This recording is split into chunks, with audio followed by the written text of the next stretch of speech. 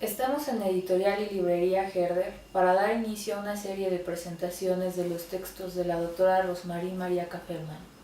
Esto se inscribe en el contexto de la colección Psicoanálisis 22 de la Editorial Herder, que dio inicio en octubre de 2016. Rosmarie Mariaca Feldman ejerce el psicoanálisis en la Ciudad de México. Es miembro de la École Lacanienne de Psychanalyse, doctora en letras y autora de varias publicaciones, entre ellas los recientes libros Le Parlement du Caporal Lortie y Erótica de la Transgresión, que inauguró la colección Psicoanálisis 22, de la cual también es directora. Estas presentaciones tendrán lugar el primer miércoles de cada mes. Iniciamos hoy con las palabras azules. Cal significa en español calle, sinónimo de errancia. Comencé a seguir a gente en las calles porque estaba perdida. En 1979 regresaba a Francia después de 7 años de viaje a través del mundo, haciendo autostop sin preocuparme por el futuro, dirá Sophie en una entrevista. Ella regresa a París, perdida, sin un proyecto profesional, sin una capacidad específica, detectada, sin amigos, y decide seguir a desconocidos por la calle, como para reencontrar París a través del trayecto de otros. Pronto empieza a tomar fotografías, anota los desplazamientos de desplazarse, y escoge un hombre al azar y decide seguirlo en París, luego a Venecia.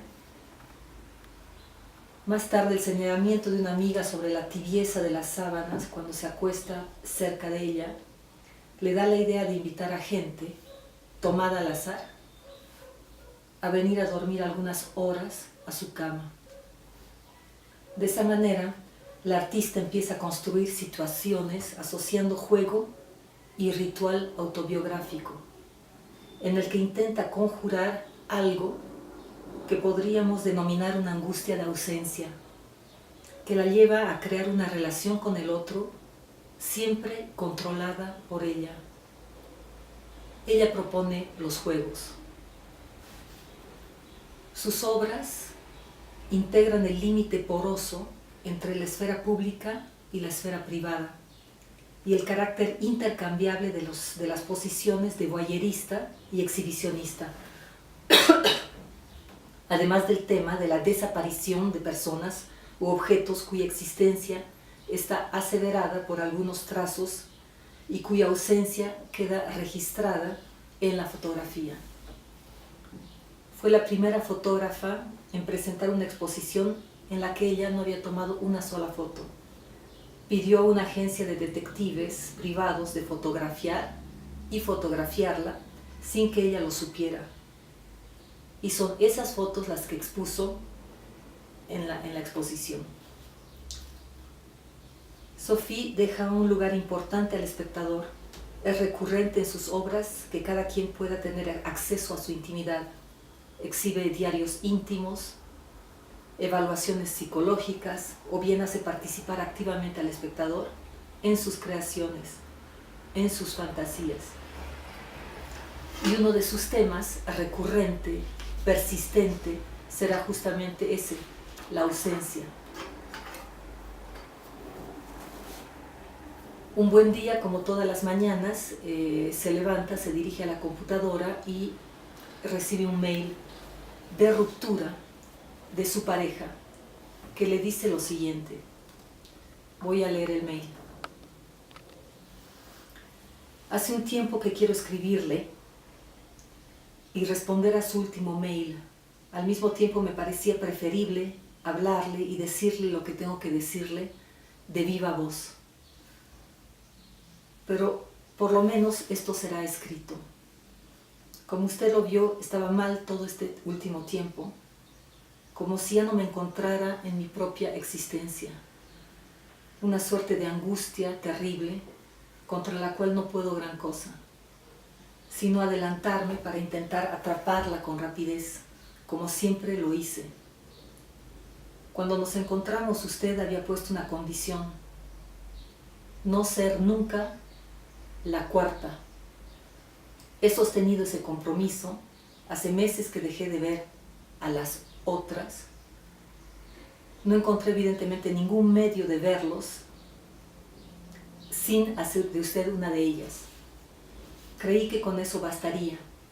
Creí que amarla y que vuestro amor bastaría para que la angustia que me empuja siempre a buscar en otro lado y que me impide siempre estar tranquilo y sin duda simplemente feliz y generoso, se calmaría con vuestro contacto y con la certeza de que el amor que me tenía era el más benéfico para mí, el más benéfico que jamás haya conocido. Usted lo sabe. Creí que L', apóstrofe I, sería un remedio. Mi intranquilidad disolviéndose hasta volverla a ver, pero no.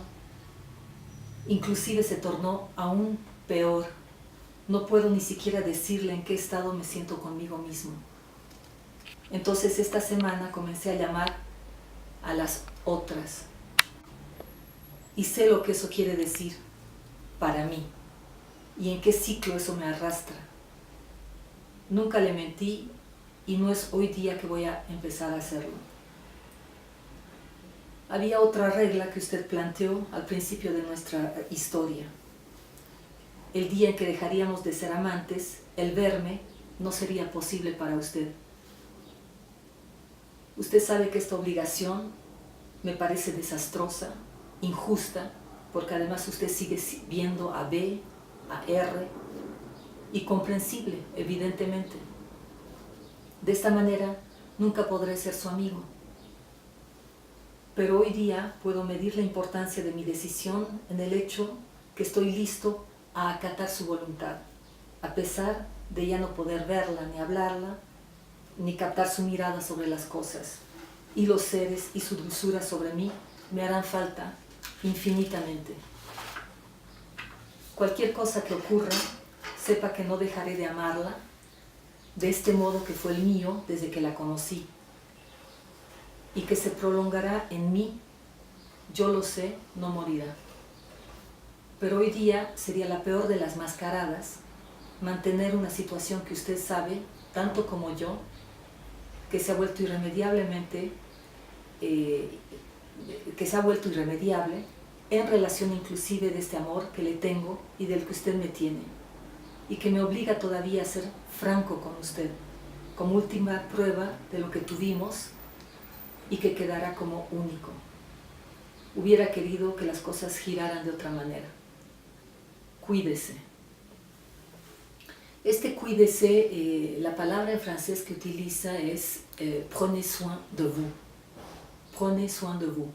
Este mail fue escrito, fue redactado en francés y es por este motivo que lo voy a continuación leer en francés, porque quiero que escuchen las palabras tal como Sophie las leyó. Las palabras importan tal como las escuchó, tal como las leyó y no tal como fueron traducidos. Hay una diferencia importante. Cela fait un moment que je veux vous écrire et répondre à votre dernier mail. En même temps, il me semblait préférable de vous parler et de dire ce que j'ai à vous dire de vive voix. Mais du moins cela sera-t-il écrit. Comme vous l'avez vu, j'allais mal tous ces derniers temps, comme si je ne me retrouvais plus dans ma propre existence.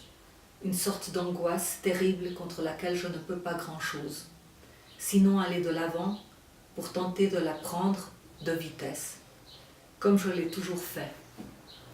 Lorsque nous nous sommes rencontrés, vous aviez posé une condition, ne pas devenir la quatrième. J'ai tenu cet engagement, cela fait des mois que j'ai cessé de voir les autres. Ne trouvons évidemment aucun moyen de les voir sans faire de vous l'une d'elles. Je croyais que cela suffirait. Je croyais que vous aimez et que votre amour suffirait pour que l'angoisse qui me pousse toujours à aller voir ailleurs et m'empêche à jamais d'être tranquille et sans doute simplement heureux et généreux se calmerait à votre contact et dans la certitude que l'amour que vous me portez était le plus bénéfique pour moi. Le plus bénéfique que j'ai jamais connu, vous le savez. J'ai cru que L'(I) serait un remède, mon intranquillité s'y dissolvant pour vous retrouver.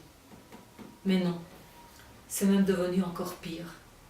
Je ne peux même pas vous dire dans quel état je me sens en ce moment, en moi-même. Alors cette semaine, j'ai commencé à rappeler les autres. Et je sais ce que cela veut dire pour moi et dans quel cycle cela va m'entraîner. Je ne vous ai jamais menti et ce n'est pas aujourd'hui que je vais commencer. Il y avait une autre règle que vous aviez posée au début de notre histoire. Le jour où nous cesserions d'être amants, me voir ne serait plus envisageable pour vous. Vous savez comme cette contrainte ne peut me paraître que désastreuse, injuste, alors que vous voyez toujours B, R, et compréhensible, évidemment.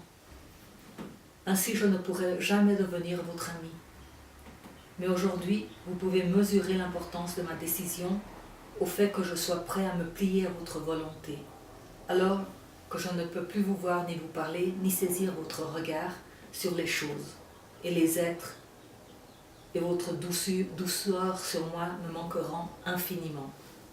Quoi qu'il arrive, sachez que je ne cesserai de vous aimer de cette manière qui fut la mienne, dès que je vous ai connu et qui se prolongera en moi, et je le sais, ne mourra pas.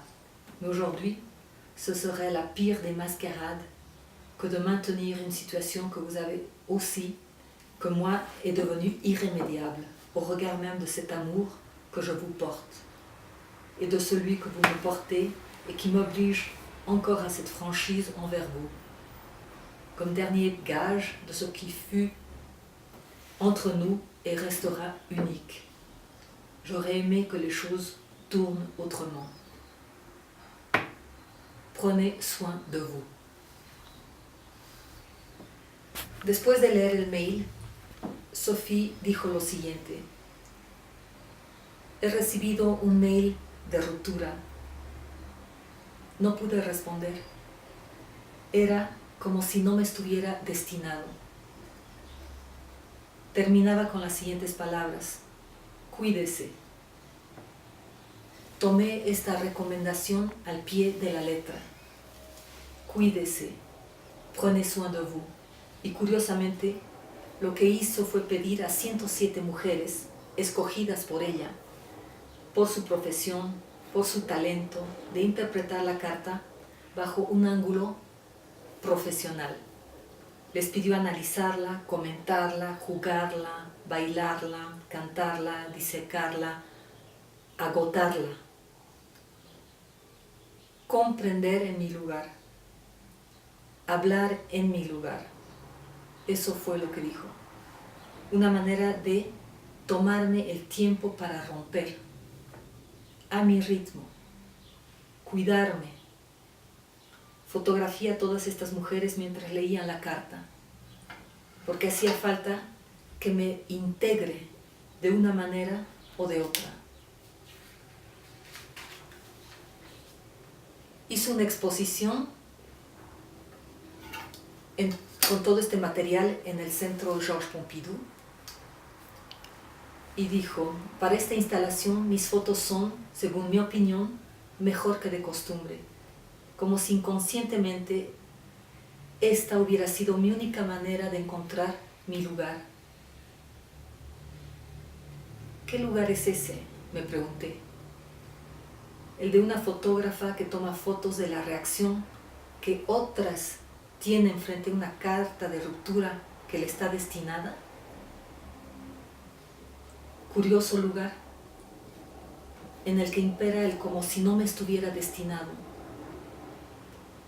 ¿Se puede ante el dolor desaparecer como sujeto? Y cuando menciono la palabra sujeto, me estoy refiriendo al sujeto del inconsciente.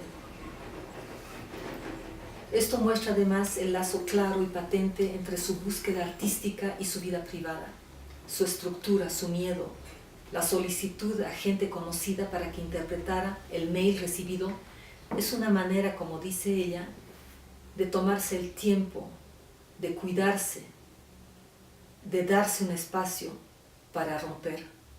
Darse el tiempo de romper implica el tiempo para significar una ausencia. La ausencia tarda en significarse. ¿O es una significación que por la manera como planteó ella las cosas nunca será posible? Seguir el trayecto de otros, seguir los rastros de otros, ¿la conducen a ella?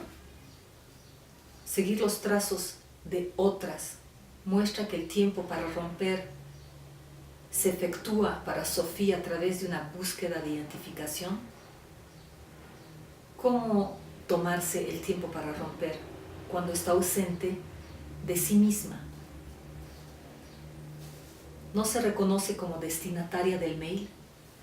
Tiene primero que armar una identidad destinataria para luego poder romper. Es muy significativo que su primera reacción haya sido decir: no sentí que esa carta me estuviera dirigida. Es una ausencia de ella misma como referente. Y ante eso su reacción es poner a otras, ¿pero en qué lugar? No queda claro tampoco. No se puede decir que pone a las otras en su lugar porque no tiene lugar. No por lo menos en ese momento ni para ese mail. Les pide, al enviarles la carta, que la interpreten, que la actúen, pero ¿como destinatarias de esas palabras? ¿O cómo? ¿Desde dónde? Es una ausencia materializada que dura un tiempo mientras monta una exposición. El tiempo de romper, dice ella. Pero ¿cómo hacer un rompimiento en ausencia, sin estar, sino a través de otras, fotografiándola, es decir, mirándolas? Esto es la pregunta que no creo que una exposición resuelva. Únicamente se muestra ubicando un lugar a la mirada, tratando de mirarse sin estar, de mirarse a través de otras. Construir su identidad se inscribe, en este caso, en un pasaje laberíntico de excitación entre el yo y el otro. Es a partir de una relación de amor y del deseo de otro que será articulada la demanda de Sophie. El resultado es que hubo tantas interpretaciones como lecturas posibles. Las significaciones se dispersaron. ¿Cuál era la correcta? Finalmente no son más que un conjunto de palabras que pueden significar todo lo que le quieran atribuir cada una de las lectoras, dependiendo de quién lo lea y desde qué lugar. La significación del mail queda como tal, remitiendo a lo que es la no univocidad. El significado nunca es unívoco. ¿Qué buscaba Sophie al dar a leer esta carta personal a otras? ¿Que la ayuden a entender lo que le pasaba a él? ¿Que la ayuden a entender lo que le pasaba a ella? ¿Que la ayuden a entender qué quiso decir? ¿Se trataba de entenderlo a él a través de otras? ¿Ese es el lugar que le adjudica a las otras? Definitivamente no se trata de él. Se trata de Sophie. No hay nada que se pueda decir sobre él a través de esa carta, más que lo que dice la carta. Pero está dirigida a ella, a Sophie, y ella no está. ¿Cuánto tiempo tendrá que errar de errancia esa carta antes de que llegue a su destinataria. Aquí es donde el errar cobra sentido. Lo fundamental es el lugar en el que pone a las otras y el lugar en el que se pone ella ante esas otras mujeres. Una demanda dirigida a mujeres que funciona aquí como significante para Sophie. Cabe aclarar que en su mayoría fueron mujeres, aunque hubieron un par de hombres, pocos. Si nos preguntamos por la veracidad del texto, este estará localizado en los significantes que ella irá reconociendo en su proceso de lectura, y no los de él, el día en que se coloque como destinataria. Ella formula una demanda con una respuesta. Son las palabras dichas o hechas, performadas por otras, con las que irá identificándose a través de significantes que la interpelen. Ausencias que remiten a su ausencia y ponen cuerpo a su imposibilidad de estar como destinataria de esas palabras. Cuídese fue el título de su exposición y recibió a miles de espectadores en todo el mundo porque esta exposición también fue presentada en la Bienal 2005 de Venecia.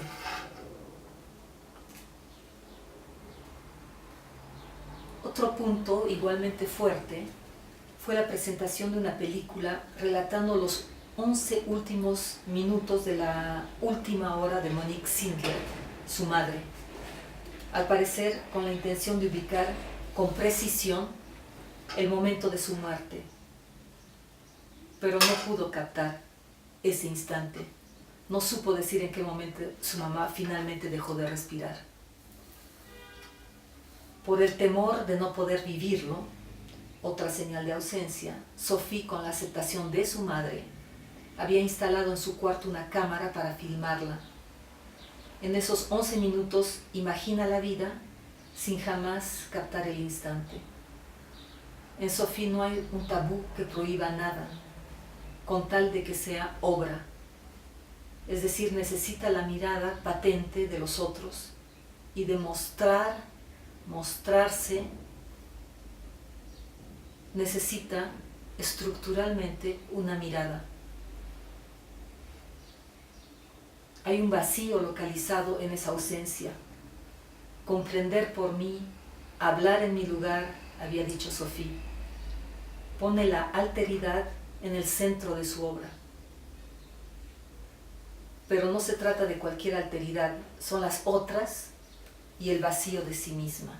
Respecto a la construcción de una imagen, como conjetura mía, me atrevo a leer que la madre de Sophie debió ser una madre narcisista, de esas madres cuyas hijas les sirven como espectadores de la escena donde montan su show. La aceptación de esa filmación lo confirma. Tienen hijas para que las miren. Una mirada, ese curioso objeto de deseo. Una estructura psíquica al servicio del arte, lo cual también hace que surjan interrogantes en torno al papel del arte en la vida de alguien, la manera como se entrelazan, cómo se anudan.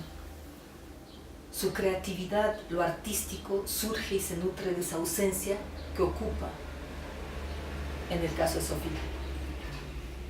¿Podría alguien renunciar a eso? Me refiero a si podría alguien renunciar a esa fuente de creatividad hecha a costa de sí misma. Posiblemente no.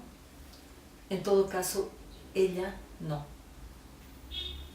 Está una y otra vez reiteradamente mostrando la ausencia, fuente inspiradora de su arte, una vida ausente de sí misma, una vida vivida así, sin ella. Otros, los menos tal vez, acuden a un análisis. Las palabras azules son aquellas que se dicen con los ojos.